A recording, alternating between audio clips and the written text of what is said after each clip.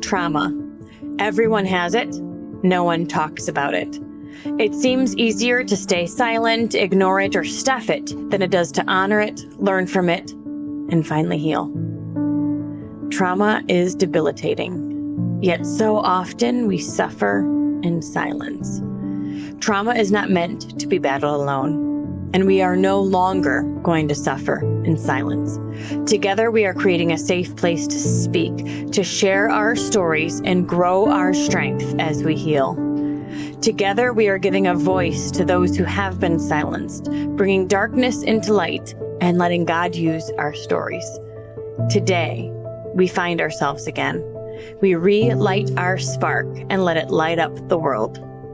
Stop SIS is a nonprofit organization dedicated to educating on issues of trauma and trafficking, as well as the amazing power of the healing journey. Welcome to Stop SIS. Hey, you guys. Big welcome back to Stop Suffering in Silence. My name is Denise Walsh, and I'm here with my friend and co-host, Rachel Timothy. I'm going to say hi. Hey guys.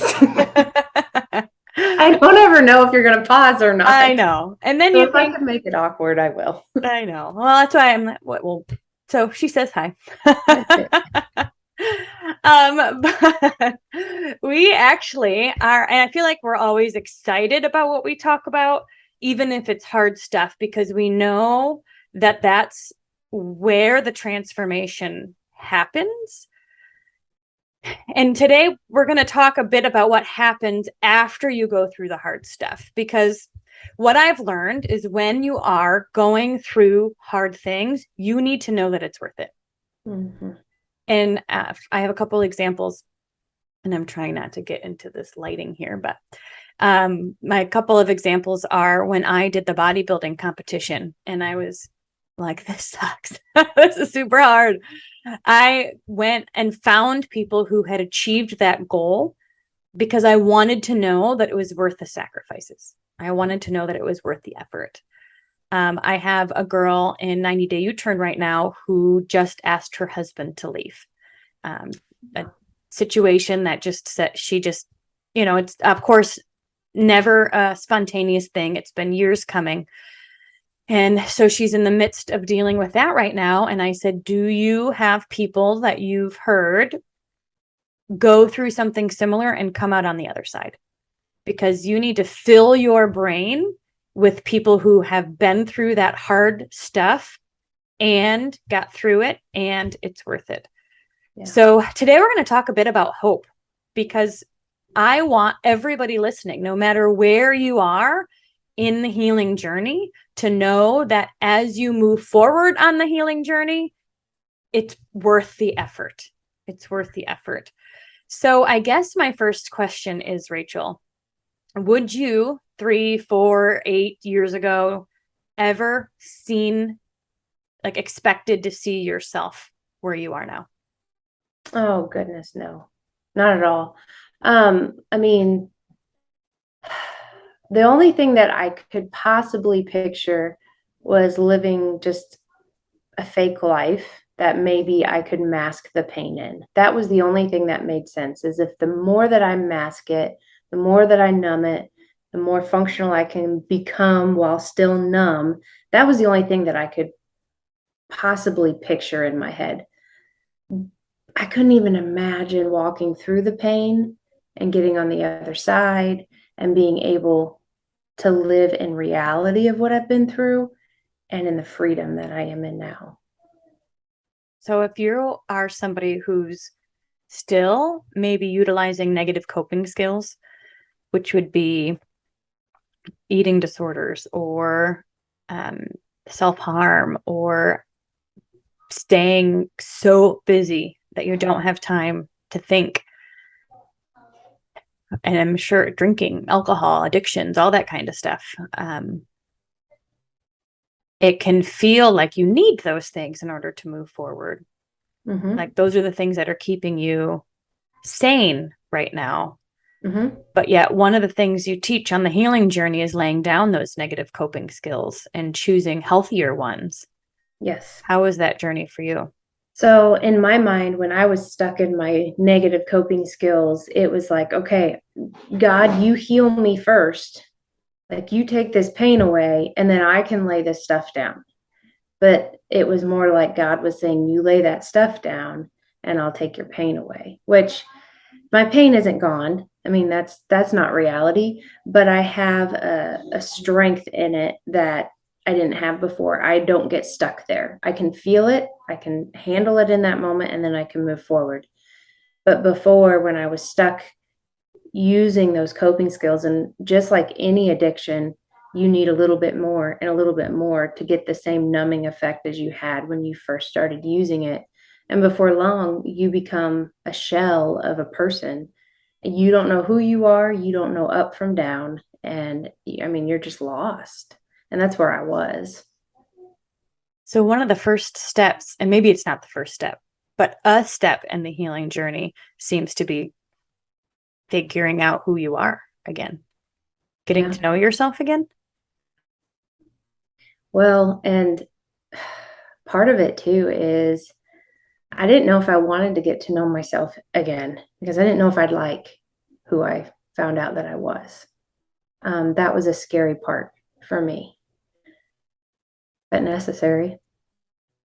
Would you say that it was because of the shame you were also carrying? Yes. Oh, absolutely. Okay. Because, I mean, when you're healing, you're dealing with new flashbacks all the time, like new realizations of things that you think as an adult you should have done better as a kid. You know, it's this shame of and guilt that just weighs heavy on you. But one thing that I found interesting last night, we had a call with our survivors from our first group, and it's so neat to see them taking further steps forward in their healing. But then as we got to talking about some of the survivors, you know, in our recent group or in the past who have kind of fallen away for a while or whatever, there's a deep sadness within us because it's like we see now the hope on the other side, and we want so badly for these other survivors to see that it is possible, but we know they're still in that pit. And really, the only thing we can do is tell them, hey guys, it's possible. Here's some of the tools to use. It hurts, but you can do this and it's worth it. Yeah. Yeah. And that's exactly what this episode is all about, because we want everybody to know that no matter where you are on the healing journey, it's worth it. It's worth taking a look at yourself and learning who you are again. It's worth, we say bringing the darkness to light for a season. It's worth practicing new coping skills and expanding your capacity in a sense, rather than being in the fight or flight mode all of the time, relaxing your body, learning new ways of thinking. And it's not a flip of the switch. It can take some time, but everything you do is, as I say, like an onion layer. It's falling off, it's falling off, it's falling off. And then it oftentimes feels like, oh, wow. Mm-hmm. Okay.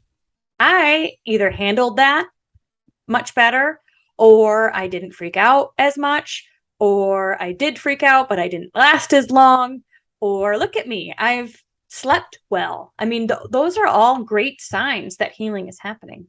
Yeah, definitely. I think another roadblock for me was accepting that life was going to look different than what I had planned. So yes, I never would have pictured myself where I'm at now, but there's people missing, and there's, places missing, and just there's things missing in my now that I thought would have been here, and they aren't. And so I'm okay. Like I'm understanding my new world and all of that. Like I'm still growing and flourishing, but I had to accept that life is, for me to be real and true to who I am, my life had to look a little bit different. It's the grief that happens. And I think, so when I describe trauma, I say a trauma is often, and again, there's probably different definitions, but it's like when a situation happens that takes you out of your own game. Like you're doing life, and then all of a sudden a car accident, or all of a sudden, you know, and you're like, and you have to pivot. And sometimes that happens when, you know, it's the flashbacks that come and whoa, all of a sudden my life is pivoting, whether I like it or not. And so even though you're doing what you quote know you need to do by starting this healing journey, there's still grief with the letting go of the life you thought you had or thought you wanted. And will life really be better on the other side, living in my truth? Will that really be better than just faking like everything's okay? That's all I knew. How long did it take you to feel like, yes, this is worth it? Oh, goodness. When I fully stepped outside of my coping skills and fully let God lead, and I became closer to him than anything else, that was all I needed. And so it was okay that there weren't some people here that I thought should be here, or situations aren't the way that I thought they should be. It was more okay because I was okay with him, if that makes sense. I think having that foundation with him was, I mean, it had to be solid, or else I was going to constantly be wanting more around me, and that's toxic. I mean, nobody can keep up with that. Right. So it was really when you felt, maybe, did you feel comfortable in your own skin or comfortable in yourself? Yes, as comfortable as I can be. Ish. Yeah. Is that an answer? Yeah. Yeah. I'm just trying to think of what it's what somebody could do if, you know, and maybe it's not even a flip of the switch, like, oh, wow, I'm better now. It's truly just those onion layers, like we've mentioned. Yeah. But I mean, like Granny asked me, it's probably been a couple weeks ago, maybe a month ago. And just kind of out of nowhere, she had this question, and it was, is God enough? I mean, like, if Stop SIS doesn't work out, if, you know, no other books get published, everything, you know, there's no justice, is God enough? And I think that's a powerful question for people to answer, because I mean, if you're constantly depending on other things, even your situation, to get better, you're going to flounder.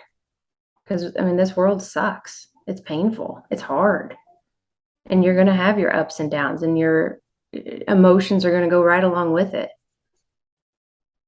so I know where we say there's the healing journey, you're always on it. But can you describe to somebody what the other side looks like? The other side looks like still having moments laying on the bathroom floor crying, but not staying there for hours. It's maybe 10 minutes. Feeling it, getting back up, washing your face, and going on and taking on your day. Allowing yourself to grieve, allowing yourself to say, this is my reality, but not letting it reroute your day. Not allowing it to settle in your being of who you are. It's just something that hurts in the moment. It doesn't change who I am. Just, I guess, the way that you view yourself, the way that you view the world changes. Because I heard a quote recently, and it said, that which doesn't kill you traumatizes you. And so you're changed, and understanding that, and then it's almost like accepting it, and then, I don't know, allowing that change to better you in some way. I don't know. Am I making any sense? Yeah, I also would have to imagine that the other side, even if it's filled with different people, is also filled with purpose and meaning and positive people around you. There's a peace on the other side that isn't in the beginning stages, because yeah, you have people you trust. You don't have to change who you are to make people happy. You don't have to worry about gaslighting or, you know, emotional abuse. Yeah. You don't have to worry about trying to make sure people believe you. You're not in that fighting mode anymore. You're just loved for who you are. Yeah. Yeah. So there's this sense of peace that overcomes all understanding. And when you live in that sense of peace, in my experience has been, even if life happens outside of you, for the most part, that peace is still there. Yes, exactly. Because that peace is still there, that's why you don't, it's kind of like when you're on a roller coaster. And there's an emotion. It's when someone's mad, you're mad, or someone's sad, you're sad, or this happens and now I'm freaking out. When you have that peace within, you are able to potentially separate your emotions from who you are. So you could be feeling a certain way, but it's not your identity. Or you could see somebody else get mad at you, but you're like, I didn't do anything, and you're not going to get riled up about it. So basically there's this inner strength that happens that allows you to have that firm foundation. Yeah, I agree. And it's almost like it's easier to go to bed at night with that peace, even if chaos is all around you, because you know tomorrow's a new day. And when you're stuck in the chaos of trauma still, you feel like that's going to be the same every day from here on out. You feel like you're never going to see a change. Well, and you've even mentioned as you start the healing journey, it sometimes gets worse first. It does. It does. Because you're opening up to feel it. Pandora's box a bit. Yeah. I mean, you got to look at it this way. When I first started healing, I couldn't cry. I couldn't feel, like I was numb. You could have knocked me out, whatever. I wouldn't have felt it. But then I get to a point where I'm a hot mess. I'm emotional. I'm feeling it all. I'm crying. I can't stop crying. And then I get to the point where it's more of a, I would say, normal way of handling things. Like I cry when it's appropriately crying, appropriately feeling. And I'm probably not quite there yet, but I'm getting there. But yeah, like the healthiest is truly feeling it and then moving to where you are appropriately feeling things. Yeah, feeling it, but not being it, because you have that sense of that secure base a bit more. That peace that you experience, that connection with God, you are not on that, you're on that solid ground. Yeah. And it's a terrible, terrible feeling to think tomorrow's going to be the exact same as today. And today was, awful. I was in a pit. I feel like God is thousands of miles away. I don't feel any hope in the pain in my heart. And tomorrow's going to be the exact same. Like that's where a lot of survivors are. And it's terrifying and exhausting. And you don't want to get up in the morning. Yeah. So let's talk about some hope stories. We had some girls yesterday. It's been a month since we've talked. After 90-day U-turn, we went on the retreat, and then we're meeting once a month as just a way to stay connected. Which is why I want to say when you join our programs, it's not just 3 months and done. It's not just if you don't want it to be. You're really entering a community, and you get a granny afterwards, and we stay in connection. And the goal is that we're with you for the long run, because we know that it's not a flip of the switch. But there were stories last night of someone who applied to school and got accepted. Which is a big stinking deal. And it was so cute because she said, well, my granny wouldn't get off my back about because she had said, this is my dream. And her granny's like, let's go. Yep. Let's apply. Let's get going. It was so cool. Yeah. We've got other girls who are moving and figuring out their next apartments. And, it's just really cool to see the continued growth. And I think nobody does that alone. Growth doesn't happen in isolation. Healing doesn't happen in isolation. And so being around the positive community and just having a place to talk about the hard stuff and be real and vulnerable and say, all right, what's next? Right. We had one girl who just explained a situation where she said no. And it was like, that's huge. It may seem small, But her to say no to the person that was, kind of wanting something from her was a big deal. Yeah. Yeah. All of these are, these are healthy coping skills that we've seen the girls let go of the negative ones and start adopting new ones, whether it's going for bike rides, whether it is, it's whether it's journaling, they keep up the journaling in the morning, whether they keep up with the meditations that we do or we provide, whether it is just utilizing the community when they're having a hard day, turning on loud music. It's not necessarily this huge thing we've never thought of before that is a healthy coping skill that helps us to get out of it, but we don't do it when we're in the pit. So even remembering to do it is a big deal. And then using it consistently enough so then you do remember and you do use it on a daily basis so then you don't get in such a dark pit. Yeah. Yeah. Oftentimes I'll be like, man, why am I feeling so bad? Oh, I haven't done X, Y, or Z in a few days. And you get back on track. Yeah. Yeah. And then it becomes your new habit. And that's a cool thing because our habits are taking us in one direction or another. And so that's when you get to practice. Yeah. Go ahead. I said, and your body expects it. Yeah. Which is pretty dang cool. Yeah. Okay. So I know that for you, starting to give back to the girls in 90 Day U-Turn, and you are an amazing writer and you pour your heart out in your writing, and you're creating a program focused on trauma. You're creating worksheets and things for the grannies and how to work with survivors and red flags and that kind of thing. What has being able to give back to the survivor community and work with the girls in 90 Day U-Turn done for you? Goodness. It's like, it's a ripple effect. Like every single day, it feels like it feeds me a little bit more. I don't know how to put into words the life that it gives me each day, knowing that my pain was not for nothing. And I got more to do. I got more people to reach, like I want people to know this stuff, and I don't have time to sit still and not do something. God has given me a story and a purpose, and let's go. Like I've had too much time sitting in the corner in the pit. I'm ready to go. She got her color back, folks. I did. My spark is lit. Yeah. Let's go.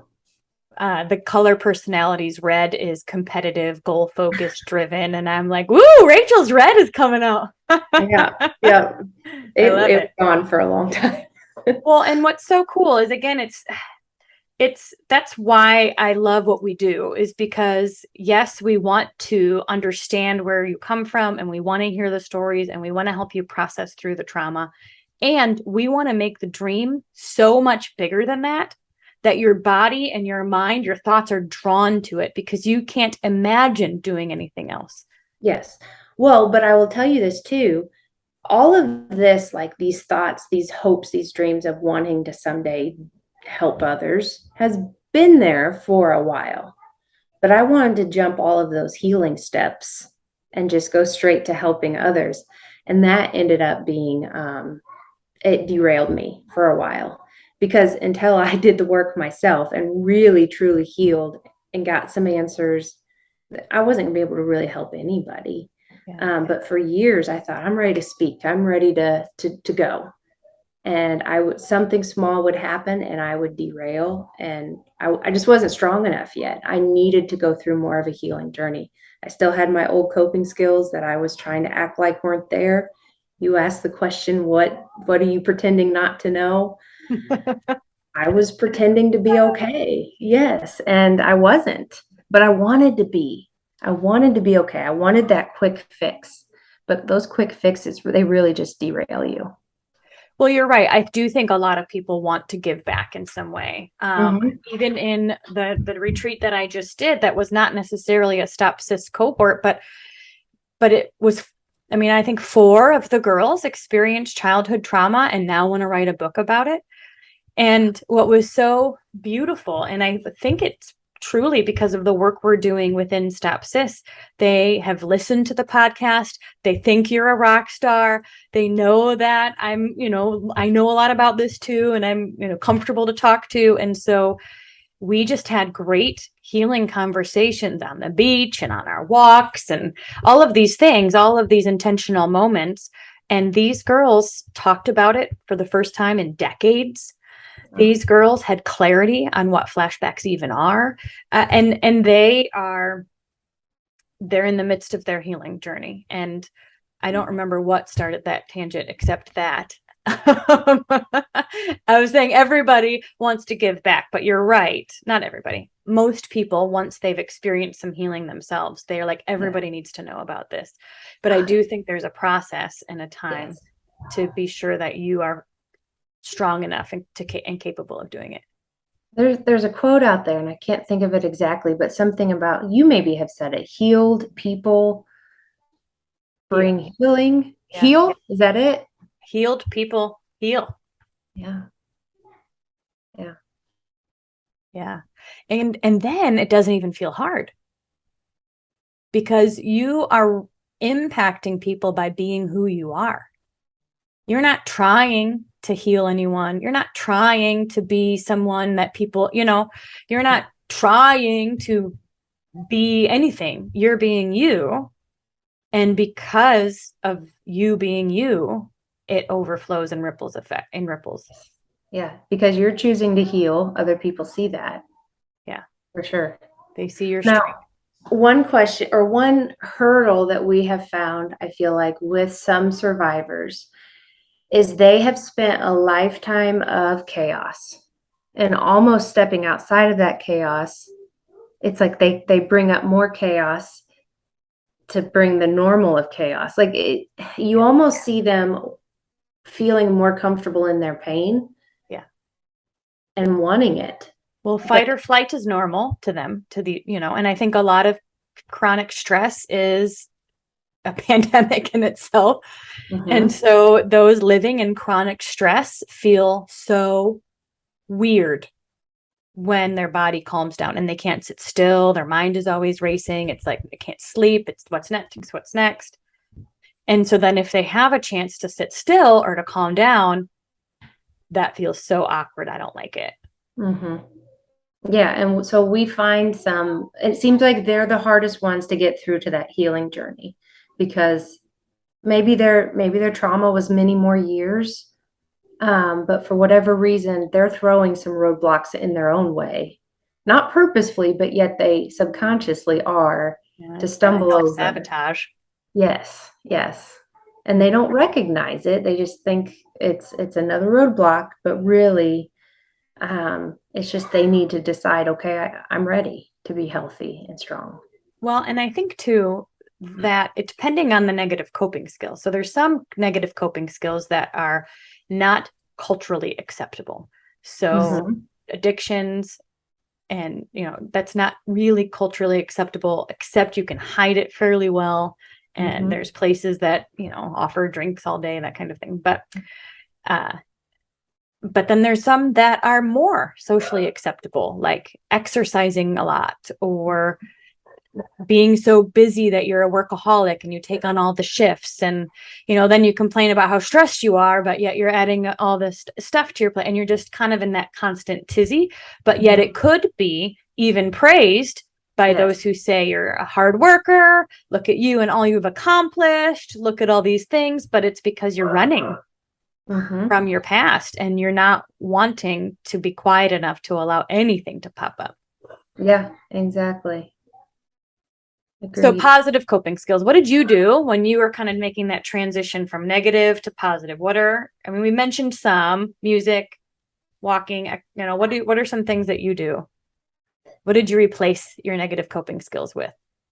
I had to have moments to myself where I could literally just calm the world down and let myself, I don't know, get in my own headspace. So the movie For the Love of the Game is a baseball movie, and a guy is on the verge of pitching a no-hitter. And one of the things that he does is, before he pitches, he will say the words to himself, clear the mechanism. And everything around him kind of just fades away. And it's just him and what he's focused on. And that has become one of my number one coping skills. I get up at 5 a.m. and I sit in my chair and I kind of just clear the mechanism. Sometimes I put in white noise in my ears. Sometimes I do 432 hertz, but I clear the world out and I figure out what am I focusing on today. And I take my deep breaths and I do that vagus nerve feeling. And I mean, just these little things that when I was in the pit, I couldn't have gotten up at 5 a.m. and just been quiet. That would have freaked me out. And I would have been, I mean, it's just not possible. But now that is my number one coping skill. And it's how I get myself ready for the day. I pray, I read my Bible, and I ask God, okay, what is it that you want me to do today? What do I need to focus on? And it's like, then when the chaos of the world comes back, I'm ready. And that's become my number one coping skill. Yeah. Morning routines can set your day up for massive success. And again, success doesn't mean anything except peace and feeling like you can handle it. Yeah. And purpose. Yeah. Yeah. Because the other option is running around like a chicken with your head cut off or buried in the sand. I think for so long, my whole goal as a survivor was to stop hurting. Because, I mean, when you're in so much pain, that's all you can think about is how do I get this pain to stop? But then when you start to see that your pain has a purpose, your pain has a voice, your pain has a reason, and getting to the root of that, that is where things get a little bit harder at first, but that's where the healing at the root of the problem takes place and healing grows from there. Yeah. There's a girl at the retreat this weekend who she came to the May retreat and then she did 90-day U-turn in between. And then she came to the October retreat. And she's done other things. She's done personal development. Like it's not just this is her only thing ever. But what was so cool was to see at each event a little bit of that layer fall off. A little bit of openness started to shine through. She showed up in May. She didn't know anybody except for me. So she came on her own, which takes courage. And at the end of that first event, she said, "Oh my gosh, I've never been in a group with no drama." And we were like, yeah, this is your new normal. Like, welcome, come on in. And then we did 90-day U-turn together in between. And she came to the October retreat and something happened. Like her spark was lit. She is I feel like she's glowing. She's got a brand, like she's stepping into her next self. When did I come back? I came back on Monday. Just a few days ago, she's already written 2 chapters in her book. She's written several poems. Like the floodgates were opened. And I love seeing those transformations because I wouldn't do this work if it didn't work. I don't need to leave my family for 5 days. I don't need to stay up later than I normally do to lead groups. But the transformation is the fuel, right? Like this stuff works but it's not that flip of the switch. No. It's one onion layer at a time. And so I think of the compound effect with her and just all the journaling, all the prayers, all of the personal development, all of the experiences she chose to go to because she knew it would be good for her, even if she was scared, or even if she had to get up at 2 a.m, or even if because she had that vision that like, I doesn't need to stay this way. Yeah. And she'll keep growing. Like this isn't done, but to see that big breakthrough, it's because of the compound effect of everything she's done so far. Yeah. I think like for me, when I first started in the healing journey, I was in such a fog there. I couldn't see to make that next step forward. I had to be listening to the voices around me as far as where to go. And then once I got a little bit more through my healing journey, I could see a little bit, but then it was just scary to take a step. Like to go to a retreat, that's scary. And to trust people, that's super scary. But because she did, then things get even more clear. And now there's just no stopping her. She's off. I like that word clear. It's like, I remember when I was in the community mental health, my psychology days, I would say I've seen people just like you in this dark hole, and I've also seen them get out. Like I've seen, it feels like a tunnel a little bit, like it is cloudy and it's dark and I don't understand it and I don't know what to do here. And, everything is second guessing and all of that. And but we've seen people come out over and over and over again. And that cloud starts to lift and things become more clear. Yep. And watch out, world. Yeah. Because you get a survivor where it's all cleared, They get their color back. They're off to the races. Yes, they are fun to be around. And every survivor and every person, every mission, every life purpose is different and unique. And so we want every single survivor to share their story, every single survivor to write a book or write a chapter in a book or, tell their friends. It doesn't have to be this huge thing. It's everybody doing a little bit that creates the noise, that creates the ripple effect, that creates the movement. And because everybody's story is so different, everybody has a different niche. For example, one girl at the retreat, she had abuse as a child, horrific, crazy, shocking, angry. You're just like, what are people thinking? But she shared to us, and she's in the medical community. And she said, I want to go talk to the medical community about red flags because I had flags and nobody noticed. Yes.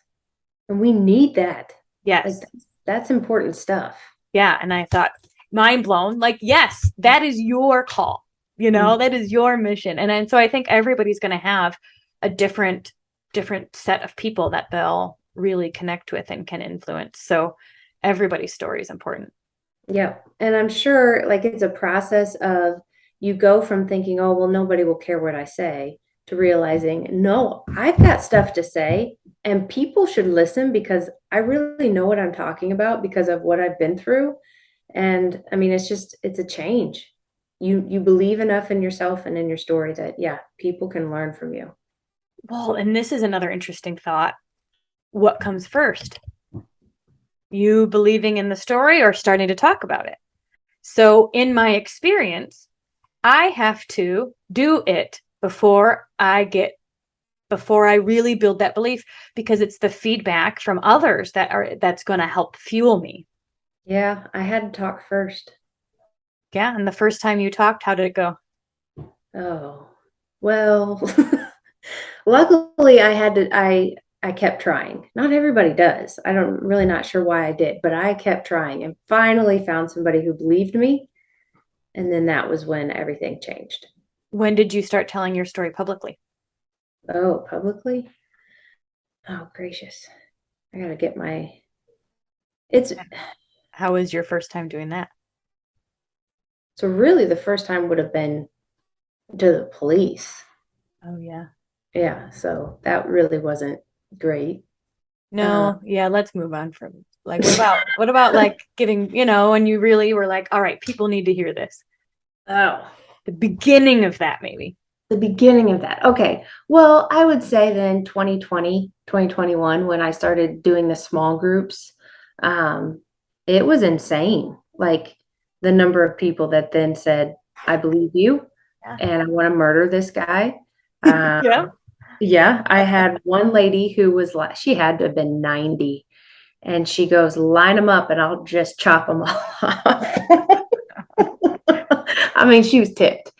But then you also had the ones who were in tears and saying, you get it, you understand.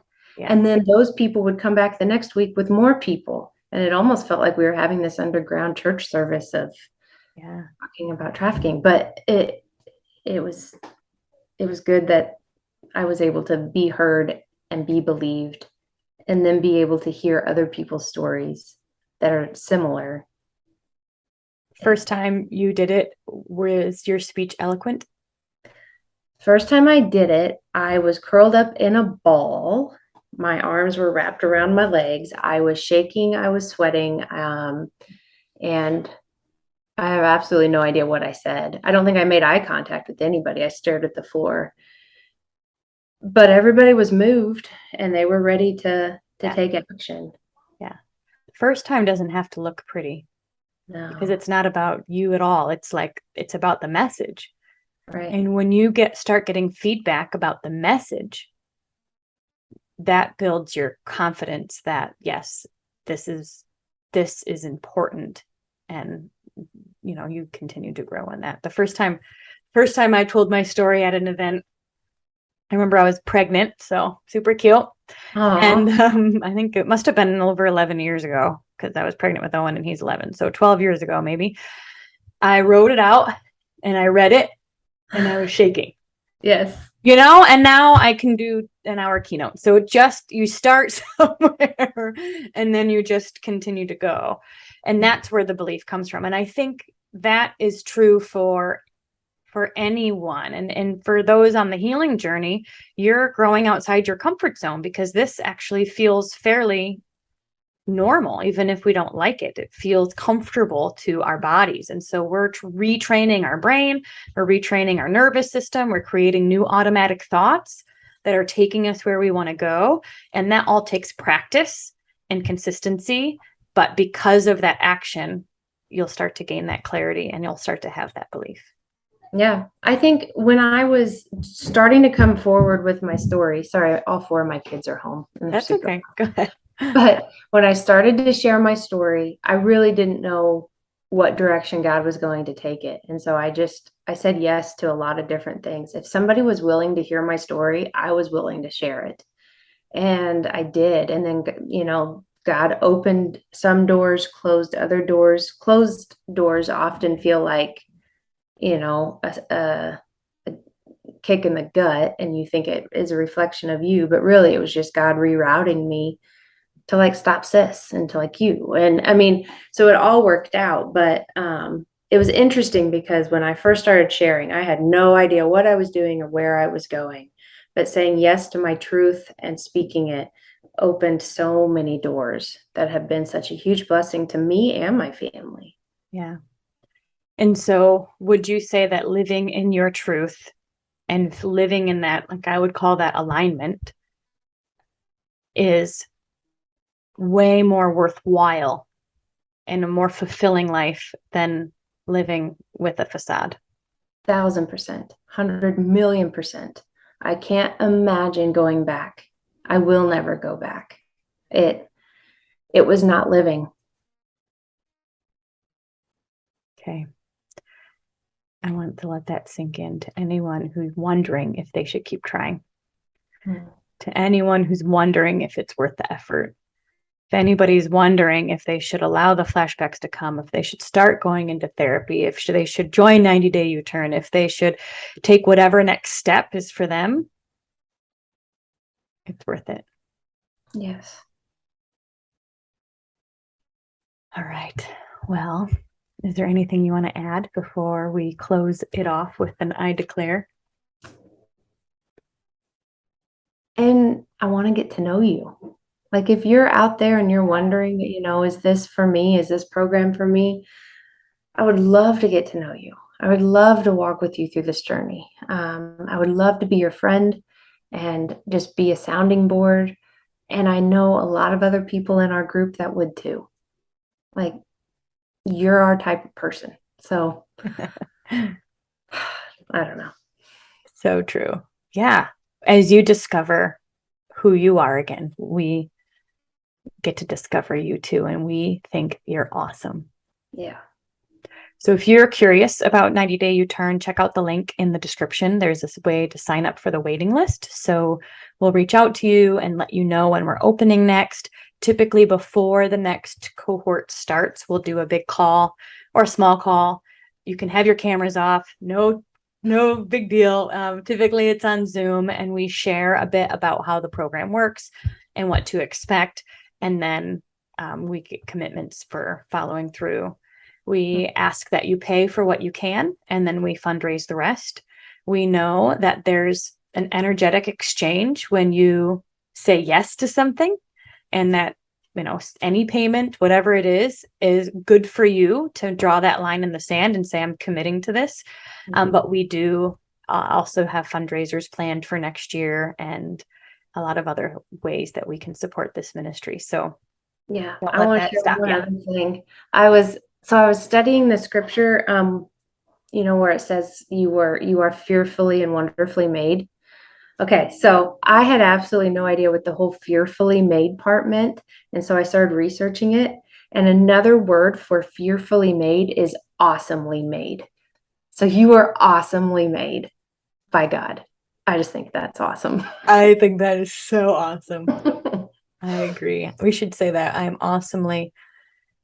It does go as well. Yeah. But I just didn't know what they meant by fearfully made. It didn't click in my head. Well, awesomely made has this internal strength to it. Mm-hmm. It has this power. There's power behind knowing how awesome you are. Not in an egotistical way, but in a bold, confident way. And really, trauma just hides that awesomeness from you. We got to find it because it's there. It's there. You were made with it. Yeah. Yeah. Can't get rid of it even. Nope. No matter what you've done or what's happened to you, can't get rid of that awesomeness. Nope. God built it in you. Yeah.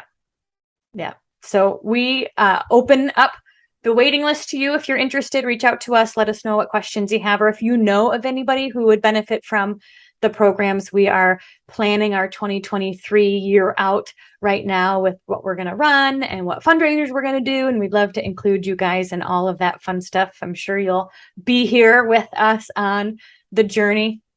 Our website is almost done. And, we got our 501c3. So we are, we were official already, but we're like even more official, which is super fun. Yes, I'm excited. So things are brewing over here. We appreciate you guys listening, and we appreciate you guys sharing. Let us know what topics you would be interested in us covering. You can post in the comments below or message either myself. You can email. There's the STOPSIS at protonmail.com. You can email as well. So we want to hear from you. And with that being said, I will end with the I declare. All right. I'm going to this is a good one for today. Okay. I declare I am calm and peaceful. I do not let people or circumstances upset me. I rise above every difficulty, knowing that God has given me the power to remain calm. I choose to live my life happy, bloom where I'm planted, and let God fight my battles. This is my declaration, and this is my declaration for you. Have an awesome, awesome day, you guys, and we'll see you next week. Thank you so much for listening to this powerful episode of Stop Suffering in Silence. If you are interested in booking Rachel to speak at your school, your church, or on your podcast, then please email OpenBlindEyes at protonmail.com. If you are interested in sponsoring a survivor on their healing journey and would like to donate to Stop SIS, then please check out the link in the description box or show notes below, or you can email STOPSIS at protonmail.com. And finally, if you are currently suffering in silence, or you know somebody who is, whether they're dealing with a current trauma or one from the past, then we will always recommend that you reach out to your local resources and find a counselor that you can trust, because nobody is meant to suffer alone. Have an amazing week, and thank you for being here.